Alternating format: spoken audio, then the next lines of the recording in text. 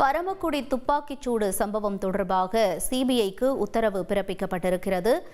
முக்கிய செய்தியாக பார்த்துக் கொண்டிருக்கிறோம். விவரங்களை செய்தியாளர் மாரிச்சாமி வழங்கிட நாம் கேட்கலாம். மாரிச்சாமி வணக்கம். முழு விவரங்கள் என்ன?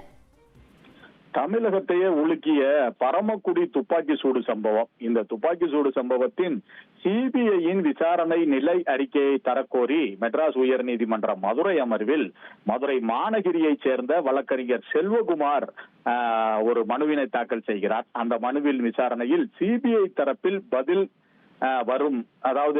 பதில் தருவதற்கான தாக்கல், அதாவது பதில் தருவதற்கு மெட்ராஸ் உயர் நீதிமன்ற மதுரை அமர்வு உத்தரவு பிறப்பித்திருக்கிறது. அதுபோக 15 வருடங்களாகியும் விசாரணை நிலை என்னவென்று தெரியவில்லை என மனுதாரர் தரப்பில் குற்றச்சாட்டு தெரிவிக்கப்பட்டிருக்கிறது.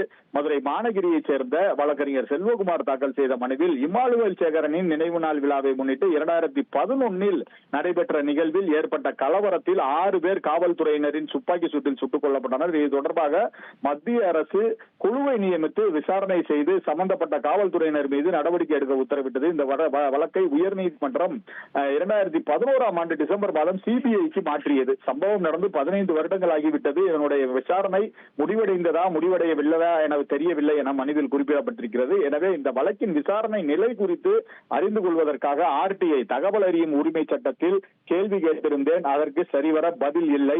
அந்த மனுவை நிராகரித்து தகவல் தர இயலாது என சிபிஐ தரப்பில் பதில் அளிக்கப்பட்டிருக்கிறது. இது ஏற்கத்தக்கதல்ல. ஆகவே பரமக்குடி துப்பாக்கி சூடு சம்பவம் குறித்த சிபிஐ விசாரணை அறிக்கை குறித்து உத்தரவு பிறப்பிக்க வேண்டும் என கேட்டிருந்தார். இந்த வழக்கானது நீதிபதி சவுந்தர் முன்னிலையில் விசாரணைக்கு வந்தது. அப்பொழுது சிபிஐ விசாரணை அறிக்கை கொடுப்பது தொடர்பாக சிபிஐ தரப்பில் பதிலளிக்க உத்தரவிட்டு வழக்கு விசாரணையை ஜூலை 7ஆம் தேதிக்கு ஒத்திவைத்திருக்கிறார் நீதிபதி.